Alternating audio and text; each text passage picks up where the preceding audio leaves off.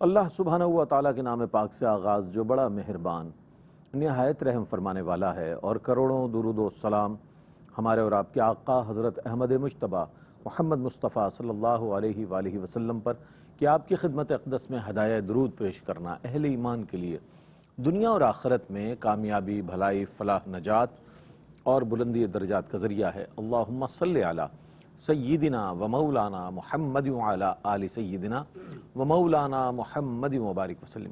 ناظرین محترم، السلام علیکم ورحمۃ اللہ وبرکاتہ۔ میں ہوں آپ کا میزبان محمد رئیس احمد، اور پیش کیا جا رہا ہے پروگرام روشنی سب کے لیے۔ آپ جانتے ہیں کہ اطاعت الہی پر ہم نے کل بھی بات کی، آج بھی، اور انشاءاللہ آنے والے کل بھی اسی موضوع کو ہم کنٹینیو کریں گے۔ کل بہت اچھے انداز میں دونوں اسکالرز نے اطاعت الہی کے مفہوم اور اس کی حقیقت اور دیگر اس کے ذیلی جو سوالات تھے اس پر بہت عمدہ کلام فرمایا، بہت علمی ماشاءاللہ اور فکری بیان آپ نے سنا۔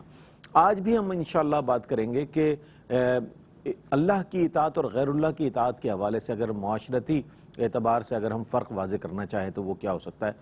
پھر یہ کہ اطاعت الہی کے حوالے سے وہ کیا چیزیں ہیں کہ جن کو اختیار کرنا ضروری ہے، اور بہت ساری ایسی چیزیں کہ جن سے اجتناب کرنا بہت ضروری ہے۔ اور ایک اور بات یہ بھی ہے کہ اطاعت الہی کے حوالے سے اگر قرآن و حدیث کا اصل متن پیش کر دیا جائے اور خالص اطاعت کے حوالے سے جب پیغام دیا جاتا ہے تو بعض کم علم لوگ جو ہیں وہ منفی رد عمل کا اظہار کرنا شروع کر دیتے ہیں۔ جناب یہ بات تو ہم نے سنی نہیں، اس سے پہلے تو ایسی بات کسی نے کہی نہیں، یہ علامہ صاحب یا فلاں صاحبی کس طرح کی بات کر رہے ہیں، اس طرح کے بھی رد عمل سامنے آتا ہے۔ تو یہ تمام چیزیں جو ہے اور یہ رویے ہیں ہمارے بنیادی طور پر، ہمارے علم کی بنیاد پر، ہمارے فہم کی بنیاد پر، ہمارے ادراک کی بنیاد پر جو رویے لوگوں کے ہوتے ہیں انہی کو سامنے رکھتے ہوئے ہم ایسے سوالات ترتیب دیے جاتے ہیں۔ ہمارا کانٹینٹ ڈپارٹمنٹ ایسے سوالات ترتیب دیتا ہے تاکہ ہر ہمارا ویور جو ہے، ہر دیکھنے والا جو ہے، جب اس پروگرام کو دیکھے تو اس کے ذہن پر دستک دینے والے ان سوالات کے جوابات اسے اس پروگرام کے ذریعے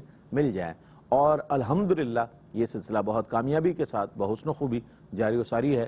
آج ہمارے ساتھ موجود ہے ممتاز و معروف عالم دین علامہ مفتی احسن نوید نیازی صاحب، ماشاءاللہ وقی مطالعہ رکھنے والی شخصیت ہیں اور قرآن و حدیث پر بہت عمدہ کلام فرماتے ہیں۔ تشریف فرمائیں۔ السلام علیکم ورحمۃ اللہ وبرکاتہ۔ وعلیکم السلام ورحمۃ اللہ وبرکاتہ۔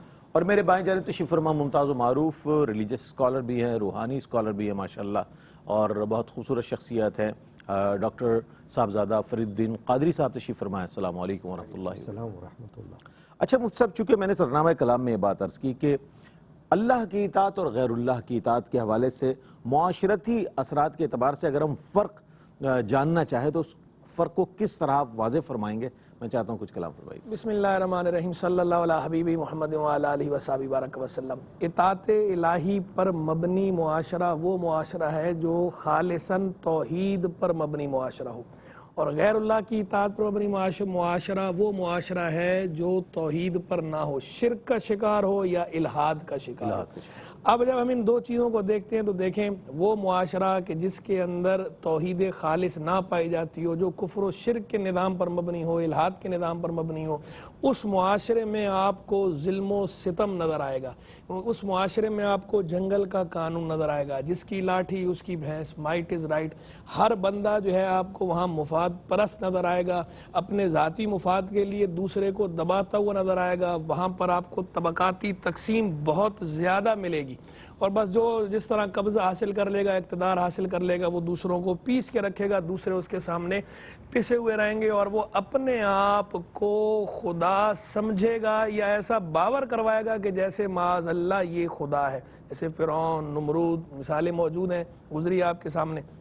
اور جو توحید خالص پر مبنی معاشرہ ہے، سبحان اللہ، وہ توحید خالص پر مبنی معاشرہ ہے، وہاں پر سب سے پہلی بات ہی یہ ہے، یہ بتا دیا گیا، سکھا دیا گیا کہ اللہ سب سے بڑا ہے۔ اذان کی آواز بلند ہوتی ہے، اللہ اکبر، وہیں جو ہے سب کی بڑائیاں ختم ہو گئی، وہیں مخلوق کو یہ سب کو بتا دیا گیا، باور کرا دیا گیا، خالق وہ ہے، وہ سب سے بڑا ہے، تم سارے اس کے بندے ہو، معبود وہ ہے، رازق وہ ہے، تم سب اس کے مرزوق ہو، تم سب اس کے آگے سرے تسلیم خم کرنے والے ہو، تو لہٰذا جب وہ توحید خالص اور مبنی معاشرہ ہے وہ اپنے آپ کو خدائے واحد کے حضور جواب دہ سمجھتا ہے. جب اپنے آپ کو خدائے واحد کے حضور جواب دہ سمجھتا ہے تو وہ معاشرے میں کوئی ایسی ایکٹیویٹی نہیں کرتا جس سے معاشرے کو پر منفی اثر مرتب ہو. تو وہاں آپ کو ظلم و ستم نظر نہیں آئے گا، وہاں پر مخلوق کے اندر امن کا، شانتی کا فروغ نظر آئے گا توحید خالص پر مبنی معاشرے میں، اطاعت الہی پر مبنی معاشرے میں. اور اس معاشرے کے اندر آپ کو فکری سرگرمیاں ہوں یا عملی سرگرمیاں ہوں، دونوں سرگرمیاں ہی آپ کو خیر والی نظر آئیں گی، شر سے دور نظر آئیں گی. کیونکہ جو ہے وہ جو توحید خالص مبنی معاشرہ ہے، جس بندے کے قلب و ذہن میں توحید راسخ ہے، اللہ کی طرف سے ہدایت ملی ہوئی ہے، وَمَن يُؤْمِن بِاللَّهِ يَهْدِي قَلْبَهُ، جو اللہ پر ایمان لائے اللہ اس کے قلب کو ہدایت دیتا ہے، یعنی اس کا قلب اور اس کا دماغ وہ ہمیشہ مثبت سرگرمیوں میں ہوتا ہے، وہ کھل جاتا ہے، وسیع ہو جاتا ہے، اس کا پرسپیکٹیو جو ہے وہ براڈ ہو جاتا ہے، وہ نیرو مائنڈڈ نہیں رہتا. تو دنیاوی اعتبار سے بھی، دینی اعتبار سے بھی، اخروی اعتبار سے بھی، ہر اعتبار سے اس کا کینوس بھی بڑا ہو جاتا ہے. اور جب اس کا کینوس بڑا ہو گیا تو یہ کینوس بڑا ہونے کی وجہ سے اس کے سامنے چیزیں بالکل کھلنا شروع ہو جاتی ہیں، پکچر بالکل کلیئر ہو جاتی ہے. وہ جس طرح چیزوں کو حقیقی انداز میں دیکھتا ہے اس طرح دوسرا بندہ نہیں دیکھ سکتا. تو اس کے اثرات بھی معاشرے پر مثبت ہوتے ہیں. یعنی اس کے اندر جو فکری سرگرمیاں، وہ فکری سرگرمیاں بھی بے سمت نہیں ہوتی، بلکہ وہ فکری سرگرمیاں بھی سب کو آخرت کی طرف لگانے والی ہوتی ہیں، اللہ سے جوڑنے والی ہوتی ہیں. اس میں دنیا کی تحقیق تو ہوتی ہے، لیکن وہ دنیا کی تحقیق بھی خالق دنیا سے جوڑنے کے لیے ہوتی ہے. اس سے نتیجہ نکالا جاتا ہے، اس کو بے نتیجہ نہیں چھوڑا جاتا، مقصد کے بغیر نہیں چھوڑا جاتا اپنے اصل مقصد کی طرف. یعنی وہ فروٹفل ہوتی ہیں، جو ان کے حقیقی ثمرات ہیں وہ ثمرات اس سے حاصل ہوتے ہیں. تو توحید الہی پر جو مبنی معاشرہ ہے، اطاعت الہی پر مبنی معاشرہ ہے، اس کے اندر یہ برکات ہیں. اس معاشرے کے اندر خیر پھیلتی نظر آتی ہے، لوگ ایک دوسرے کا تعاون کرتے ہیں خیر کے معاملے میں، برائی کے معاملے میں ایک دوسرے کا تعاون نہیں کرتے، روکتے ہیں. قرآن میں بھی فرمایا نا، تعاونوا علی البر والتقوی ولا تعاونوا علی الاثم والعدوان، بھلائی اور تقوی کے معاملے میں ایک دوسرے کی مدد کرو، گناہ اور سرکشی کے معاملے میں ایک دوسرے کی مدد نہ کرو. تو اطاعت الہی پر مبنی معاشرے کے اندر آپ کو خیر اور بھلائی میں لوگ ایک دوسرے کے معاون اور مددگار نظر آئیں گے. ظلم و ستم میں، برائی میں ایک دوسرے کے معاون مددگار نظر نہیں آئیں گے، بلکہ ایک دوسرے کا ہاتھ روکتے ہوئے نظر آئیں گے. جب ایک دوسرے کا ہاتھ روکیں گے تو شر ختم ہو جانا ہے، خیر ہی خیر رہنی ہے. تو اطاعت الہی پر مبنی معاشرے کے اندر جو ہے وہ خیر کا غلبہ ہونا ہے، شر مغلوب ہونا ہے. یا شر سرے سے نہیں ہوگا، یا اگر ہوگا مقابل میں تو وہ مغلوب ہوگا، خیر غالب ہوگی. اور جو معاشرہ اطاعت الہی پر مبنی نہیں ہے تو اس معاشرے کے اندر آپ کو غلبہ شر کا نظر آنا ہے، خیر اس کے مقابلے میں مغلوب نظر آنی ہے. اور یہ ہم عناصر اور یہ مظاہر دیکھ سکتے ہیں، کیونکہ اگر 1450 سال پہلے نظر ڈالیں آپ اور نبی مکرم صلی اللہ علیہ وآلہ وسلم کہ اس ترتیب دیے ہوئے معاشرے جو اطاعت الہی پر مبنی ہے، یا پھر آپ علیہ السلام کے بعد خلفائے راشدین المہدیین رضوان اللہ تعالی علیہم اجمعین کے اس معاشرے پر نظر ڈالیں تو وہ اطاعت الہی پر مبنی معاشرہ ہے. اس میں فتوحات بھی ہیں، اس میں عملی جد و جہد بھی ہے، اس میں فکری وسعت بھی نظر آتی ہے، ہر طرح سے اس میں ارتقا ہی ارتقا نظر آتا ہے، انحطاط نظر نہیں آتا. اور جو دیگر جیسے آپ نے فرمایا کہ جو معاشرے اطاعت الہی پر مبنی نہیں ہوتے پھر اس میں جو ہے گناہوں کی اور برائیوں کی تعداد زیادہ نظر آتی ہے. اور بہت اچھے انداز میں مفتی صاحب نے اس کے فرق کو واضح فرمایا. اچھا، میں یہ جاننا چاہوں گا اطاعت اور فرما برداری کے جو بنیادی اصول ہیں اس کے حوالے سے، چونکہ ہر چیز کسی نہ کسی اصول پر قائم ہے، اس کے حوالے سے کیا چیزیں ہیں کہ جنہیں اختیار کرنا ضروری ہے اور وہ کون سی چیزیں ہیں کہ جن سے اجتناب بہت ضروری ہے؟ میں چاہتا ہوں اس پر کچھ روشنی ڈالیے. الحمدللہ رب العالمین والصلاة والسلام علیکہ یا رحمت العالمین. بہت اچھا موضوع ہے، بہت عمدہ ماشاءاللہ. اور دین اسلام کا ایک ایسا موضوع ہے کہ جو ہر دور میں اہمیت رکھتا ہے. ابھی آپ نے ایک بات کہی تھی کہ اطاعت الہی اور غیر اللہ کی اطاعت. جی. دیکھیے، ایک ہے عبادت، وہ تو صرف اللہ تبارک و تعالیٰ ہی کی ہے، لیکن ایک ہے اطاعت. اطاعت جو ہے وہ اللہ کی بھی ہے اور غیر اللہ کی بھی ہے. فرق ہے اس میں، اور وہ یہ ہے کہ جو اطاعت غیر اللہ کی ہوگی اس کی مطابقت اطاعت الہی کے ساتھ ہونی چاہیے، لنک بننا چاہیے، کنیکشن بننا چاہیے. کیونکہ کوئی بھی ایسی اطاعت کہ جس کا تعلق اطاعت الہی سے نہ ہو یا اطاعت رسول صلی اللہ علیہ وسلم سے نہ ہو اس کی اجازت کسی صورت میں نہیں ہوتی ہے۔ ٹھیک ہے۔ اور جب ہم قرآن مجید کی طرف نظر ڈالیں تو اس کے اصول جو متعین کر دیے گئے، اب آپ دیکھیے، ایک تو ہے اطیع اللہ، اللہ کی اطاعت حکم کے معنی میں، ایک ہے اطیع الرسول، اطیع اللہ و اطیع الرسول، اللہ کی اطیع الرسول و اولی الامر منکم۔ اب تیسری بات جو آئی ہے اولی الامر منکم، اس میں ذرا فرق یہ آ گیا کہ دو اطاعتیں جو ہیں اللہ اور اس کے رسول کی، وہ تو حکم کے معنی میں ہے، اور اس کی وجہ یہ ہے کہ اللہ اور رسول کی اطاعت میں کوئی دوئی نہیں ہے۔ کوئی نہیں۔ جب رسول صلی اللہ علیہ وسلم کی کوئی بات ایسی آئے گی حکم کے حوالے سے، فرمان علی کے حوالے سے، اس میں ہمیں یہ نہیں دیکھنا ہوگا کہ یہ اللہ کا فرمان ہے یا نہیں، بلکہ ہمیں یہ دیکھنا ہوگا کہ یہ رسول کا فرمان اللہ ہی کا فرمان، اللہ ہی، کیونکہ وما ينطق عن الهوى ان هو الا وحی بے یوحی، شک بے شک یہ رسول ایسا ہی اپنی خواہش سے کچھ نہیں فرماتے، بلکہ وہی فرماتے ہیں جو اللہ کی طرف سے وحی کی جاتی وہی کی جاتی۔ تو جب بھی براہ راست اللہ کی اطاعت کا سوال آئے گا تب تو ہے ہی اللہ کی اطاعت فرض ہے ہم پر، لیکن اگر رسول صلی اللہ علیہ وسلم کی اطاعت کا مسئلہ آ جائے گا تو وہاں پر بھی ہمیں اپنی عقل کو استعمال نہیں کرنا ہوتا ہے۔ اصول یہ ہے کہ ہمیں یہ دیکھنا ہوگا کہ اللہ اور رسول کی اطاعت کا جب مسئلہ آ جائے تو وہ حکم کے معنی میں آ جاتا ہے، پھر ہم کو بغیر چون چرا کے اس کی اطاعت کو لازم اپنے لیے سمجھنا چاہیے۔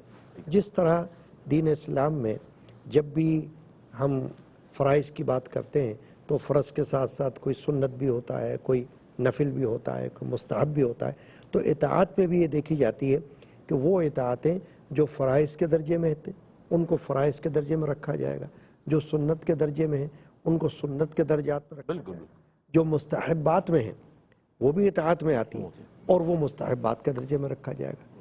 پھر یہ کہ نبی اکرم صلی اللہ علیہ وسلم نے جو کچھ فرما دیا وہ بھی قرآن ہی کے اندر موجود ہے، ٹھیک ہے نا؟ ما آتاکم الرسول فخذوہ وما نہاکم عنہ فانتہوا، جو اللہ کے رسول تمہیں دیں وہ لے لو اور جس سے روک دیں اس سے رک جاؤ۔ تو اب اللہ تبارک و تعالی نے اپنے حبیب محبوب سرکار دو عالم صلی اللہ علیہ وسلم کو بااختیار بنایا ہے، شارع بنایا ہے، وہ جس چیز کو چاہیں حلال فرما دیں، جس چیز کو چاہیں حرام کر دیں۔ ابھی جو آپ نے سوال کے اندر یہ بات کی کہ کن چیزوں سے اجتناب، ٹھیک ہے نا، تو ظاہر ہے کہ حلال اور حرام کا فرق رکھنا ہے۔ جہاں حلال واضح ہو رہا ہو قرآن سے اس کو لے لینا ہے، جہاں حلال واضح ہو رہا ہو حدیث سے اسے اختیار کر لینا ہے، اور جہاں حرام واضح ہو رہا ہو قرآن سے اسے چھوڑ دینا ہوگا، اجتناب کرنا ہوگا، جہاں حرام واضح ہو حدیث سے اسے بھی چھوڑ دینا ہوگا۔ کیا بات! اور حدیث پاک میں یہ بھی حضور نے اکرم صلی اللہ علیہ وسلم فرمایا ہے کہ دیکھیے حلال واضح ہے اور حرام بھی واضح ہے، بالکل، اور اس کے درمیان میں کچھ ہے مشکوک، تو جو مشکوک ہے اس کو چھوڑ دو، یعنی کہ اس چکر میں نہ چھوڑ دو جو چیز تمہیں شک میں ڈال جو رہی ہے، چیز شک میں ڈال رہی ہے اسے چھوڑ دو، وہی نا مشکوک سما کہ جو چیز شبہ میں شک میں ڈال رہی ہے اسے چھوڑ دو، کیونکہ حلال میں بہت سارا دائرہ وسیع ہے، اس میں سے اختیار کرو، تو حرام کو چھوڑ دو، حلال کو لے لو، اور جو مشکوک ہے اسے چھوڑ دو، احتیاط کے زمرے میں۔ تو اب بنیادی اصول جو ہمارے وہ یہ آ گئے، ایک تو بات یہ آئی کہ وَأُولِي الْأَمْرِ مِنْكُم میں اس کا بھی دائرہ مختلف ہے، کیونکہ دیکھیں آپ خلفاء راشدین ایک وقت میں وہ وَأُولِي الْأَمْرِ مِنْكُم کے دائرے میں۔ اچھا ڈاکٹر صاحب اگر آپ اجازت دیں تو ایک وقفہ لے لیتے ہیں، پھر خلفاء راشدین رضوان اللہ تعالی اجمعین کے حوالے سے آپ نے چونکہ کلام کا آغاز کیا تو ہم چاہیں گے اس پر بھی مزید آپ سے کچھ کلمات لیں۔ ایک مختصر سا وقفہ ہے، وقفے کے بعد لوٹتے ہیں، مجھے امید ہے آپ کا ہمارا ساتھ رہے گا۔ ناظرین آپ کا خیر مقدم ہے۔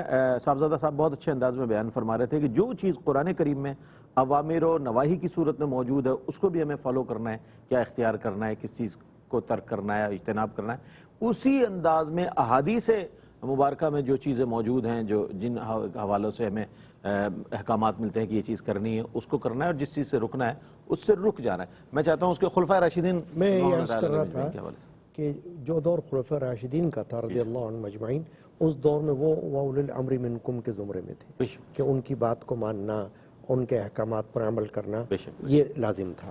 پھر اس کے بعد اب آگے چلے جائیں تو جیسے ادوار آپ دیکھتے رہتے ہیں، مختلف ادوار میں اب حکام ہیں، ہمارے مسلمان حکمران ہیں، وَأُولِي الْأَمْرِ مِنْكُم میں آ جاتے ہیں، مگر ان باتوں کے اندر، ان اطاعت کے اندر جس چیز کا خیال رکھنا ہوتا ہے وہ یہی ہوتا ہے کہ ان کی وہی اطاعت قابل عمل ہوگی کہ جو اللہ اور رسول کی اطاعت سے مطابقت رکھے گی. یعنی کہ صاحب امر کا بھی ایک کرائٹیریا رکھا ہوا ہے نا, اس کو مقید کر دیا ہے, مشروط کر دیا ہے.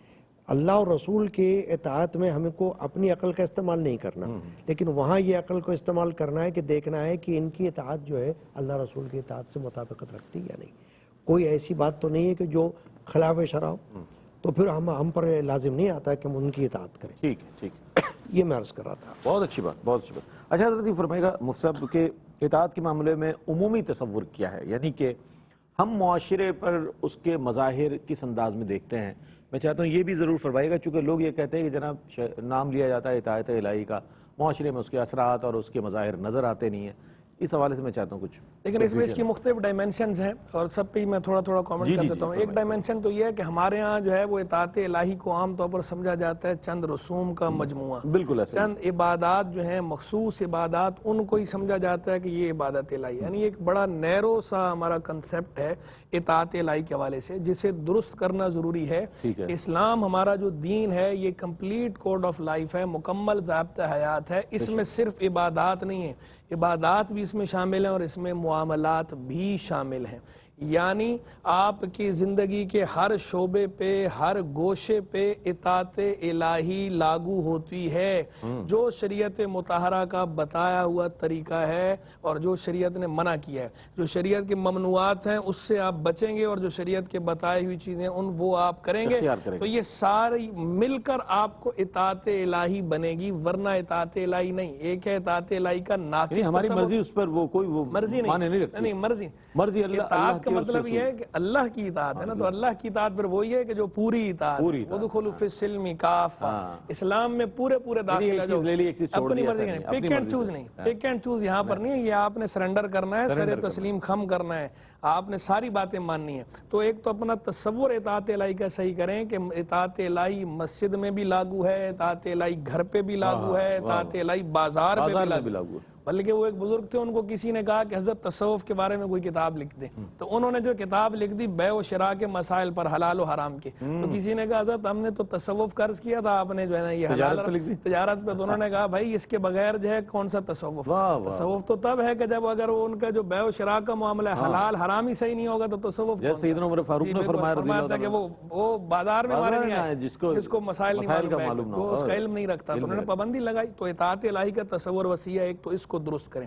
پھر دوسرا, عبادات کے اندر بھی جو عبادات ہیں وہ ہم نے اپنی مرضی سے نہیں کرنی, جس طرح اللہ نے فرمایا ہم نے اس طرح کرنا ہے. تو یعنی جو عبادات کا پروٹوکول ہے اس پروٹوکول کو فالو کریں, جو اس کے اصول و ضوابط ہیں. یہ نہیں بعض لوگ کیا کرتے ہیں, نہ نماز کا درست طریقہ سیکھتے ہیں, نہ وضو کا درست طریقہ سیکھتے ہیں, بس اپنی مرضی سے جیسا ان کا دل کرتا ہے آڑی ٹیڑھی نماز پڑھیں گے, آڑا ٹیڑھا آدھا ادھورا وضو کریں گے, اور اگر ان کو سمجھایا جائے تو کہتے ہیں اللہ قبول کرنے والا ہے. جیسے اللہ قبول کرنے والا ہے, لیکن اسی اللہ کا یہ حکم ہے, تو جس طرح اس نے عبادت مقرر کی ہے اس عبادت کو اسی کے مطابق کریں گے تو قبول ہوگی نا. اگر آپ نے عبادت اللہ کی کرنی ہے اور اس کے بتائے ہوئے طریقے کو فالو نہیں کرنا تو پھر وہ عبادت نہیں ہے, پھر وہ آپ اپنے نفس کی خواہش پر عمل کر رہے ہیں. گویا کہ آپ معاذ اللہ اپنی طرف سے اللہ کو دو لگانے کی کوشش کر رہے ہیں, جبکہ اللہ کو کوئی دو لگا سکتا نہیں. تو جو اللہ کا حکم ہے وہ آپ پورے کا پورا مانیں. عبادت تبھی ہوگی کہ جو اللہ کے بتائے ہوئے طریقہ کار کے مطابق ہوگی. تو نماز کا جو پراپر طریقہ ہے وہ پراپر طریقہ سیکھیں, وضو کا پراپر طریقہ سیکھیں, ان کے باقاعدہ جو مسائل ہیں, کیا چیزیں فرض ہیں, کیا شرائط ہیں, کیا واجبات ہیں, یہ ساری چیزیں سیکھیں اور ان پر عمل کریں اور ان کو فوکس کریں. نماز کے اندر بھی, روزے کے اندر بھی, زکوٰۃ کے اندر بھی, حج کے اندر بھی, جو عبادت ہے ہر عبادت کے اندر جو اس کے تقاضے ہیں, جو ان کے واجبات ہیں, جو ان کی شرائط ہیں, جو ان کے فرائض ہیں, ارکان ہیں, ان سب کو ہم نے جو ہے وہ درست انداز میں ملحوظ رکھنا ہے, تبھی عبادت ہوگی. دو باتیں ہو گئیں. تیسری بات, فرق مراتب کو ملحوظ رکھنا بھی بہت زیادہ ضروری ہے. ہمارے یہاں فرق مراتب کو ملحوظ نہیں رکھا جاتا, کلاسیفیکیشن ہے. جو احکام ہیں اللہ تبارک و تعالیٰ کے, اللہ رسول صلی اللہ علیہ وسلم کی, ان کی کلاسیفیکیشن ہے. ایک فرض ہے, پھر واجب ہے, پھر سنت مؤکدہ ہے, پھر سنت غیر مؤکدہ ہے, پھر مستحب ہے, پھر اس طرح اس کے مقابلے میں بھی حرام ہے, مکروہ تحریمی ہے, مکروہ اصاعت ہے, مکروہ تنزیہ ہے, خلاف اولا ہے, یہ جو, اور بیچ میں مباح خالص ہے. یہ 11 ہیں. پوری جو وہ شجرہ میں نے بیان کر دی, پورا ٹری ہے یہ 11. میں سمجھتا ہوں اس کو سامنے رکھ کے زندگی گزاری جائے, اس کو سامنے رکھ کے زندگی گزارنی ہے. اور دوسرا یہ کہ جو اس کی ترتیب ہے اس کو ہم نے ڈس بیلنس نہیں نہیں کرنا. اوپر فرض ہے تو فرض کو فرض کا درجہ دیں, واجب ہے تو اس کو واجب کا درجہ دیں, سنت ہے تو سنت کا درجہ دیں. ہم ہمارے اہتمام نہیں, ہم مستحبات کو فوکس کر لیتے ہیں اور جو فرائض و واجبات ہیں اس کو چھوڑ دیتے ہیں. اللہ معاف کرنے والا ہے. حالانکہ جو مستحبات تھے وہ آپشنل تھے اور وہ جو فرائض و واجبات ہیں وہ کمپلسری ہیں, وہ ضروری ہیں. ہم اس کو چھوڑ رہے ہیں, مستحبات عمل کر رہے ہیں, تو یہ طریقہ ٹھیک نہیں. پھر اسی طرح چیریٹی ہم کرتے ہیں. دیکھیں چیریٹی کے اندر بھی ہمارا تصور کیا ہے. ہم جیسے مرضی مال کمائیں اس کا خیال نہیں کر رہے, سود لے رہے ہیں, رشوت لے رہے ہیں, لوگوں کو دھوکہ دے رہے ہیں, ناپ تول میں کمی کر رہے ہیں, آپ جو ہے کرپشن کر رہے ہیں, آپ اسی طرح جو ہے وہ لوگوں کو دھوکہ دے رہے ہیں, ناپ تول میں آپ کمی کر رہے ہیں, برا مال جو ہے گندی کوالٹی کا اس کو اعلیٰ کوالٹی کا, ہائی کوالٹی کا بتا کے بیچ رہے ہیں, ایکسپائری چیزیں ہیں ان کو آپ جو ہے وہ بیچ رہے ہیں. ہر شعبے میں, ہر سیکٹر میں یہ خرابیاں موجود ہیں. یہ خرابیاں کرنے کے بعد پھر آپ اسی میں سے جو ہے وہ صدقہ کر رہے ہیں. آپ کہتے ہیں کہ جی ہم صدقہ کر دیں, اسی میں سے چیریٹی کر دیں گے. ان اللہ طیب لا یقبل الا طیبا, اللہ طیب ہے اور طیب ہی کو قبول کرتا ہے. آپ کا صدقہ وہ صدقہ ہوگا جو حلال مال میں سے ہونا ہے, جو طیب مال میں سے ہونا ہے. تو یعنی صدقہ تو کریں آپ, اس سے ہم منع نہیں کرتے, لیکن وہ صدقہ کرنے کے لیے جو سب سے پہلی چیز ہے اپنے مال کی تطہیر کا جو آپ نے انتظام کرنا ہے, آپ اس کے ذرائع دیکھیں. مینز ہے فیئر مینز یوز کریں آپ, دوسرے جو ہے غلط طریقہ فالز مینز وہ آپ یوز نہ کریں. جو کاروبار کرنے کا طریقہ ہے, جو کمائی کا طریقہ ہے, وہ اپنا پاک کریں, حلال کریں, طیب کریں, اس کے بعد اس میں سے آپ صدقہ کریں. کیا بات ہے, سبحان اللہ, وہ آپ کو فائدہ دے گا. تو اصل میں یہ اطاعت الہی میں ساری چیزیں شامل ہیں جو میں نے بیان کی. یہ چونکہ تدریس سے بھی وابستہ ہیں تو ان کا انداز بھی وہی ہے مدرسین والا, ماشاءاللہ. ایک ایک چیز سمجھا دیتے ہیں پوائنٹ, اور مقصد بھی یہی ہے. اس یہ بھی ARYQTV جو ہے حاجی عبدالرؤف صاحب کا مدرسہ ہے, یہ وہ خود کہتے ہیں مدرسہ ہے. یہاں سے وہ آپ فرماتے بھی یہی ہیں کہ مدرسہ ہے, یہاں سے پیغام جانا چاہیے. اور علماء حضرات اسکالرز کو مدعو اس لیے کیا جاتا ہے کہ جو سوالات ہیں, موضوع ہے, اس کو ڈسکرائب کیا جا سکے, وضاحت کے ساتھ آپ تک پہنچایا جا سکے. اچھا حضرت, اطاعت کا اگر حقیقی مفہوم یعنی قرآن و حدیث کی روشنی میں اگر خالصتاً اطاعت کا اگر مفہوم پیش کیا جائے تو بعض افراد, میں نے سرنامہ کلام میں بھی یہ بات عرض کی تھی کہ بعض کم علم افراد جو ہیں اس پر معترض نظر آتے ہیں, اعتراضات کرتے ہوئے نظر آتے ہیں, اور منفی اس پر رد عمل سامنے آتا ہے. ایسا کیوں ہے؟ اس میں بات یہ ہے کہ معاشرہ, یہ جو کلچر ہے, ثقافت ہے اور رسم و رواج ہے, اس کے اثرات شہریوں پر, معاشرے پر بڑے گہرے ہوتے ہیں. اور جب وہ قرآن یا حدیث کے حوالے سے کوئی خالص بات بتائی جائے تو اس کو قبول کرنے میں ان کو ذرا دقت تعامل ہوتا ہے. بالکل. اور اس کی وجہ صرف یہ ہوتی ہے کہ ان کا رجحان یا تو دینی نہیں ہوتا. آپ نے بہت سے لوگوں کو دیکھا ہوگا, پڑھے لکھے بہت ہوں گے, وہ ڈگریاں بہت ہوگی ان کے پاس, لیکن مذہبی رجحانات سے عاری ہوتے ہیں. جب تک بندہ دینی رجحان کا عادی نہ ہو یا اس طرف مائل نہ ہو, اسے یہ خالص بات بتانا اور اس پر عمل کروانا مشکل ہو جاتا ہے. بالکل. سوائے اس کے کہ ہم اس کو قائل کر دیں کہ دیکھیے آپ کی زندگی, دین اسلام جو ہے وہ ایک دین ہے, وہ آپ کو تجارت کے بھی اصول بتاتا ہے, وہ آپ کو دنیا میں زندہ رہنے کے بھی اصول بتاتا ہے, وہ آپ کو گھر کے بھی اصول بتاتا ہے, معاشرتی معاملات بھی بتاتا ہے, ہر چیز بتاتا ہے. اور آپ کو ہر چیز قرآن و حدیث کے ضابطوں اور اصولوں کے مطابق رکھنی ہوگی. بہت عمدہ. ورنہ آپ کی پڑھائی لکھائی سب بیکار ہے, دنیا کی ڈگریاں بھلے آپ کے پاس ہیں, لیکن آپ کو جب اپنے معاملات طے کرنا ہوں گے تو آپ کو دیکھنا ہوگا کہ قرآن کیا کہتا ہے اور حدیث کیا کہتی ہے, اس کے مطابق چلنا ہوگا.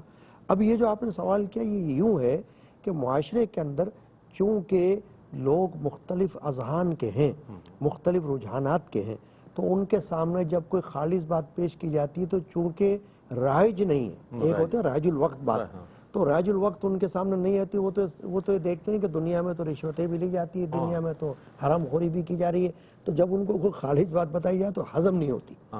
تو اس کے لیے ہمیں کوشش یہ کرنی چاہیے کہ اپنے معاشرے کے اندر جتنا زیادہ ہو سکے قرآن و حدیث کے اصول اور ضوابط کو عام کرنے کی ضرورت, تاکہ ان کو بتایا جائے کہ آپ کو اپنے ہر معاملے میں قرآن کے احکامات کو سامنے رکھنا ہے, اطاعت الہی کو سامنے رکھنا ہے, اطاعت رسول کو سامنے رکھنا ہے, اور آپ کو یہ دیکھنا ہے کہ ہمارے معاملے میں, ہمارے مسئلے میں قرآن نے کیا کہا ہے, بالکل حدیث نے کیا کہا, اس پر عمل کرنا چاہیے. وہ جو بات آپ نے ابھی فرمائی کہ منفی اثرات اور اس کی وجہ وہی ہے کہ ان کے ذہن کے اندر یہ بات بیٹھتی نہیں ہے کہ آپ کو گناہ اور ثواب کا خیال رکھنا ہے.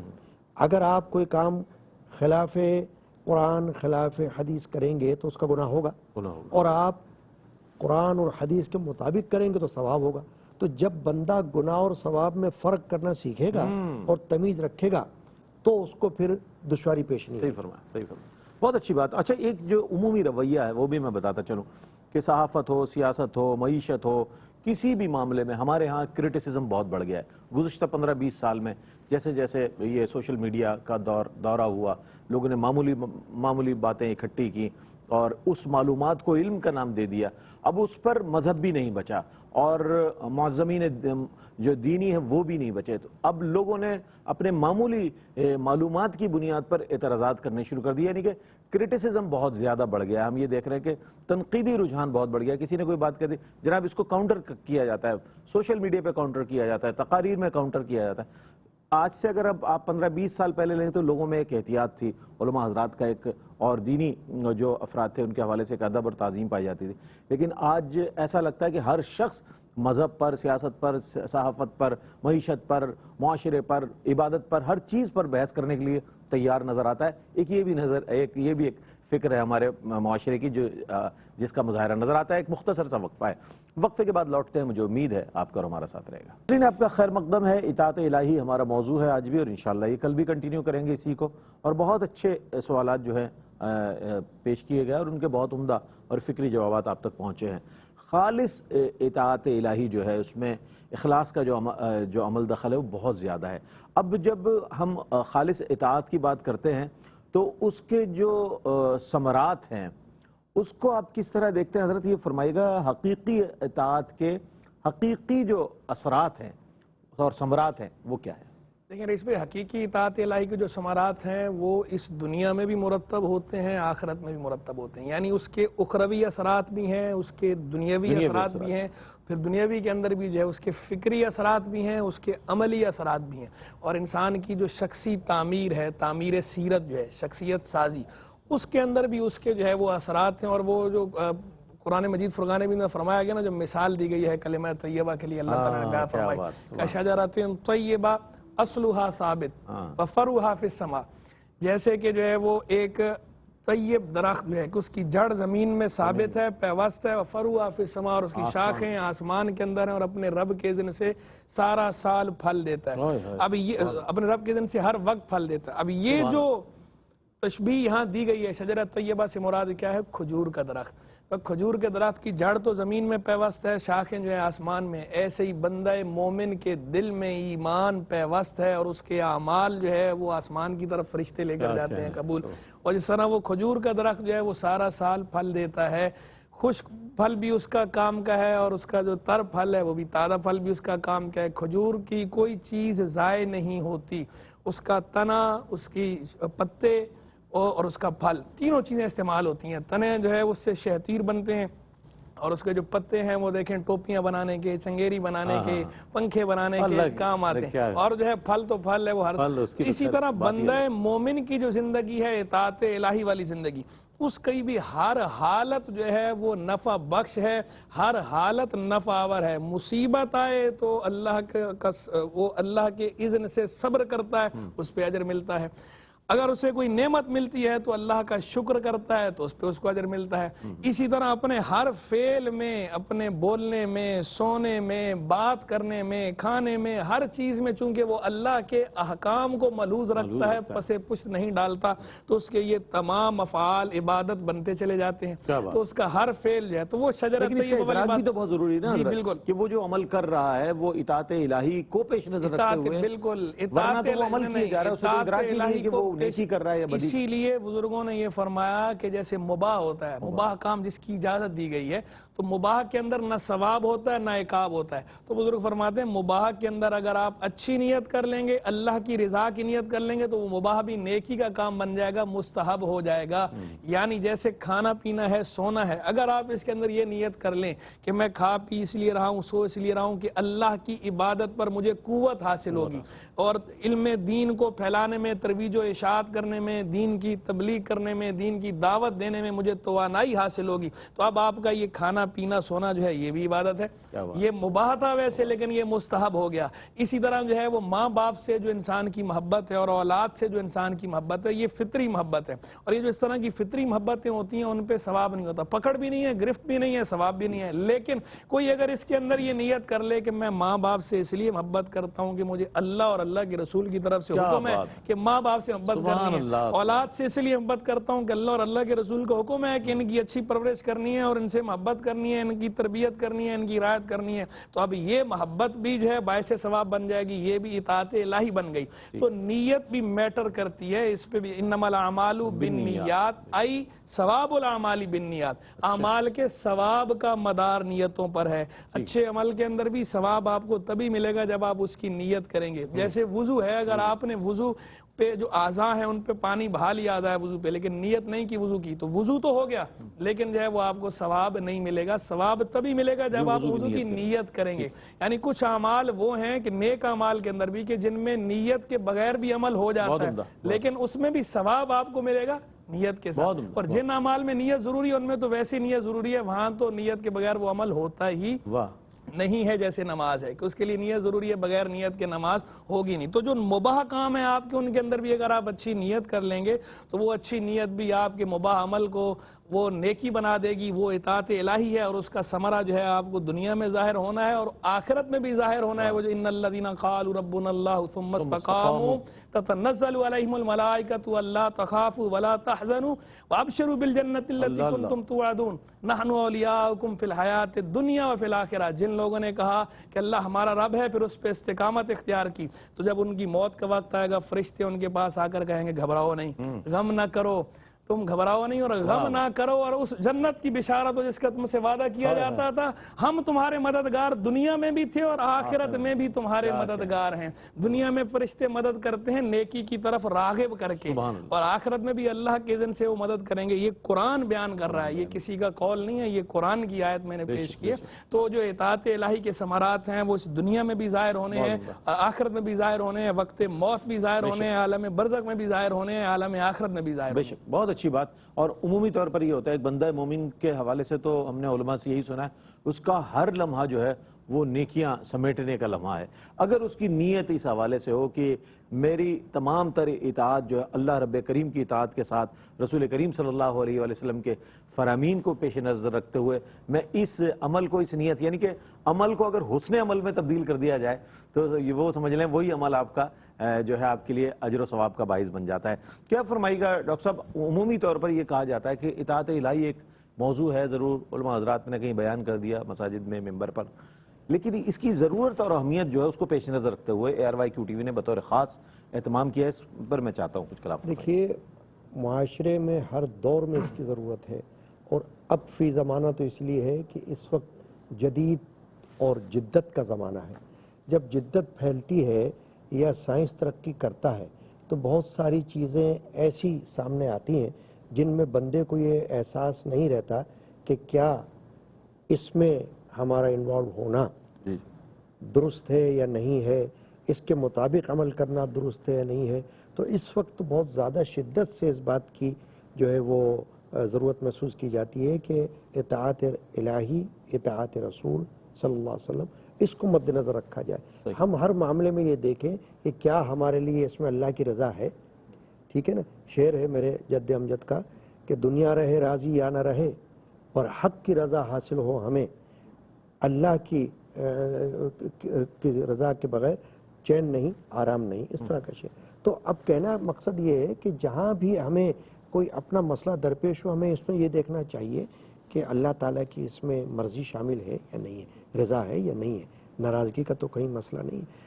اس کو مد نظر میں رکھیں گے تو صحیح ہے. میں یہ دیکھتا ہوں آج کل آپ کی بات کو آگے بڑھاتے ہوئے کہ کہیں پنچایت ہو رہی ہے, کہیں برادری بیٹھ رہی ہے, وہ اس وقت اپنی مرضی چلاتے ہیں. اگر آپ ان کو کہیں کہ صاحب وہ قرآن حدیث کے لیں گے, نہیں ہماری روایات وراثت کا مسئلہ آتا تو کہتے ہیں ہم اپنی مرضی سے کریں گے. بھائی جب اللہ تعالیٰ نے قانون واضح کر دیا اور وہ ایک قرآن میں آ گیا تو آپ کو اس کے مطابق سرنڈر کرنا ہے. تو آپ اس کو یوں سمجھیں کہ اس کی ضرورت پہلے سے کہیں زیادہ ہم اس وقت محسوس کر رہے ہیں کہ ہم ہر معاملے میں ہم دیکھیں کہ قرآن نے حدیث نے کیا فرمایا. صحیح فرمایا. ون لائنر پیغام۔ ون لائنر یہ حضور جان عالم علیہ الصلوۃ والسلام نے ارشاد فرمایا جس کا مفہوم ہے کہ جو بڑوں کی تعظیم نہ کرے، احترام نہ کرے، ہمارے چھوٹوں پہ شفقت نہ کرے، ہم میں سے نہیں۔ تو بڑوں کا احترام کرنا، تعظیم کرنا، چھوٹوں پہ شفقت کرنا، یہ بھی اطاعت الہی اور اطاعت رسول علیہ الصلوۃ والسلام میں شامل ہے۔ اور بڑے جو ہے اس کے اندر بڑوں میں عموم ہے، جو آپ سے عمر میں بڑے ہیں وہ بڑے بھی ہیں، جو آپ کے والدین ہیں وہ بھی آپ کے بڑے ہیں، جو آپ کے اساتذہ ہیں وہ بھی آپ کے بڑے ہیں، جو آپ کے رشتہ دار ہیں، چچا تایا ماموں وغیرہ، وہ جو رشتے ہیں وہ بھی آپ کے بڑے ہیں، اور جو دینی طور پر بڑے یعنی علماء دین ہیں وہ بھی آپ کے بڑے ہیں۔ تو ایسا نہیں ہے کہ آپ جو ہے وہ سوشل میڈیا پہ بیٹھ کے آپ جو ہے وہ رائے زنی کیے جا رہے ہیں، جس کی گھر میں کوئی نہیں سنتا وہ سوشل میڈیا پہ مفتی بھی بن جاتا ہے، سوشل میڈیا پہ محقق بھی بن جاتا ہے، سوشل میڈیا پہ جو ہے وہ ڈاکٹر، انجینئر، سیاستدان سب کچھ وہی ہے۔ حالانکہ ویسے اگر اس کا کرائیٹیریا دیکھا جائے اور اس کا مینٹل لیول دیکھا جائے تو مینٹل لیول اس کا اتنا کمزور ہوتا ہے کہ وہ کسی ڈھنگ کے آدمی سے ڈھنگ کی بات کرنے کی صلاحیت بھی نہیں رکھتا، اور گھر والے نہ اس کی بات کو اہمیت دیتے ہیں، نہ محلے کے اندر کوئی اہمیت دیتا ہے، لیکن سوشل میڈیا پہ وہ سب کچھ بنا ہوا ہوتا ہے۔ تو یہ جو سوشل میڈیا پہ سب کچھ بننے کا جو خمار لوگوں کے سر پہ سوار ہے، بلکہ میں اس کو کہتا ہوں بھوت سوار ہے، تو یہ بھوت بھی اتارنا چاہیے۔ جو جس چیز کا کرائیٹیریا ہے اس کے مطابق ہی ان چیزوں کو لے کر چلنا چاہیے۔ ایسی جو ہماری فیلڈ ہے ہم اس فیلڈ کے مطابق بات کریں، جو ہماری فیلڈ نہیں ہے وہ ہماری ایکسپرٹی نہیں ہے، جو ہماری ایکسپرٹی نہیں ہے اس کے بارے میں ہم بات نہ کریں جب تک ہم اس کے بارے میں پراپر علم نہ سیکھ لیں۔ اس چیز کو ہر بندہ ملحوظ رکھے۔ بہت اچھی بات، بہت اچھی بات، بہت شکریہ ادا کروں گا ڈاکٹر صاحب آپ تشریف لائے، مفتی صاحب آپ کی تشریف آوری کا بہت شکریہ۔ ناظرین محترم، ہم اپنی مرضی مسلط نہ کریں، ہم سرنڈر کریں، اسلام قبول کر لیا، ایمان لے آئے تو پھر اللہ اور اس کے رسول صلی اللہ علیہ وآلہ وسلم کے احکامات کو سامنے رکھیں، فرامین کو سامنے رکھیں اور اس کے مطابق زندگی گزاریں۔ اپنے معاملات اور معمولات میں اپنی خاندانی روایت اور اس میں چلی آتی ہوئی تمام ان روایات پر عمل کرنا آپ کے لیے ضروری نہیں ہے۔ ضروری یہ ہے کہ قرآن اور حدیث کو سامنے رکھا جائے اور صحیح معنوں میں جو اطاعت الہی ہے خالصتاً اس کی طرف آنے کی طرف توجہ دینی چاہیے۔ کل بھی ہم اس پر پروگرام کریں گے، لیکن کل موضوع یہی رہے گا۔ بہت ہی اہم سوالات اس میں جو شامل ہے وہ بہت اہم ہے، جس کو ہم بہت زیادہ جس طرح ہم نے اسلام کے احکامات کو ایزی لیا ہوا ہے اور ترک اطاعت کے حوالے سے بھی بڑے رویے سامنے آتے ہیں۔ جناب ٹھیک ہے جس طرح گزر رہی ہے لیکن اطاعت کو ترک کرنے کی وعیدات بھی بہت زیادہ ہیں۔ انشاءاللہ کل اس پر کلام کریں گے۔ کل تک کے لیے اپنے میزبان محمد رئیس احمد کو اجازت دیجیے۔ اللہ حافظ۔